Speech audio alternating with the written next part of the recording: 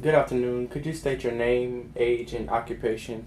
My name is Maria Thomas. I'm 35 years old, and I am a wife, a mother, and a teacher, a substitute teacher at this present time. Could you tell them your association with me? Tyan is my second to oldest nephew. So, to get into the interview, what are your feelings toward social injustice? I feel that it is alive today across many different platforms, but ultimately you are in charge of your own life. You're in charge of your own destiny, and so you can't be affected by what others feel, think, or say about you. Can you explain or can you tell about a time that you personally were affected by social injustice? Sure.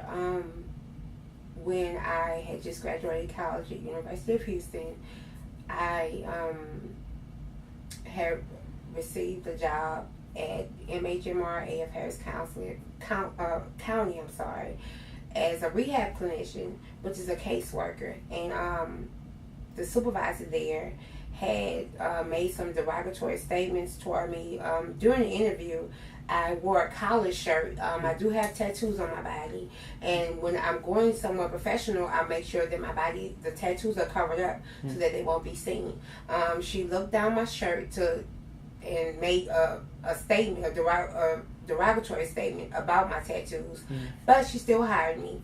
So as I began working for her, she was reluctant to put me in a position in which I was hired for, which was a position that required somebody with a degree. Instead, she put me in a position of an administrative assistant, and that's something that I've done since I was in high school. So it blocked me from getting the necessary training, you would say, or experience I need to get in that particular field, being that I was a new person. Throughout my position as an administrative assistant, she constantly would give me write-ups or tell me that I needed to be more dressy. I would dress up because she didn't feel that I was professional enough in my slacks and shirts. When I informed her that I was on a budget because I was a single mother and this was my first job out of college, she just kind of dismissed it and just told me that I needed to make sure that I came to work presentable in like a suit attire almost. Also, it was a situation where we were at work in the morning and she kind of jokingly asked me if I would clean the bathroom. And when I asked her why, and she said, well, you say that you would do anything to get your job, or you appreciate your job so much. She had previously heard me talking about how appreciative I was of the job and being able to provide for me and my son. And so, she asked me if I would clean the toilet, and so I felt very, I was hurt, but I dismissed it. I was, yeah. Okay. So how do you think that particular occurrence or that particular phenomenon, how do you think it affected you at the time? At the time, it was very stressful for me because I was raising my child by myself, and she would require me to come in earlier than everybody else, open up the clinic, and I had a hard time trying to get my child to the daycare, and if the daycare wasn't open, it was situations where I was late to work because she required me to come in like an hour earlier. She wasn't even at work. I was opening up the clinic. And she just put me in very compromising situations that would compromise my position as a mother and as a person. When I did get a chance to go into the field, she always gave me assignments that were very far from my house, meaning that I had to spend a lot of gas. My car wasn't the best car, so it put me on a financial strain, it put me on a mental and emotional strain because I was having to take a lot of work home with me that she required me to do.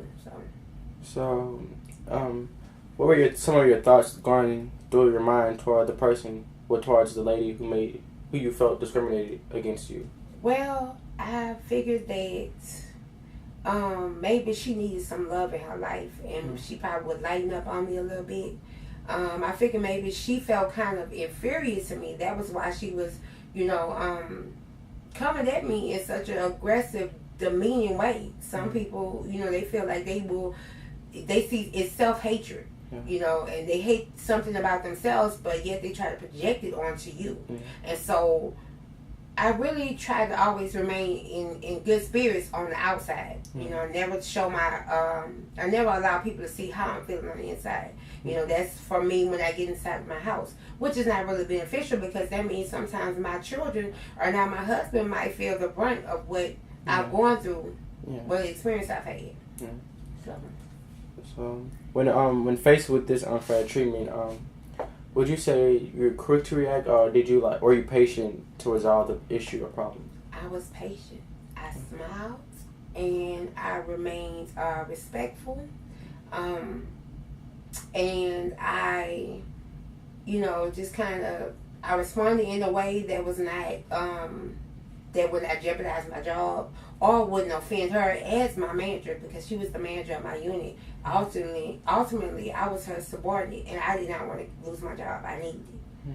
So I just would let it go over my head. Okay. Were there any others around you that may have experienced the same treatment? And if so, what do you think their feelings were? Actually, in this particular unit, I was the only African American female, and I had then a man who was the only African American male, and the rest of the unit, it was about 10 of us. The rest were Latinos, Caucasian. I think we had one Indian. And so he came to me one day and said, the black guy, the African American male, he was at a higher standing than I was. He was an actual social worker. And so I myself, as a rehab clinician, only having a bachelor's degree, he had his master's and was had more experience with the company.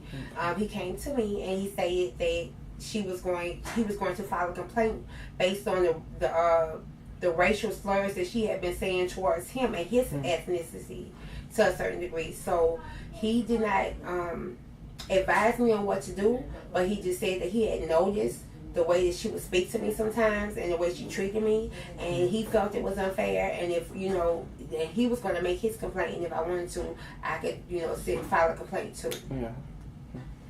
Okay, so I would say, looking back on all of this and looking back at the situation and at that age, as you are now, how do you say you would have handled it? Would you have handled it any differently, or do you think that the way you handled it was the way you would handle it now at this age?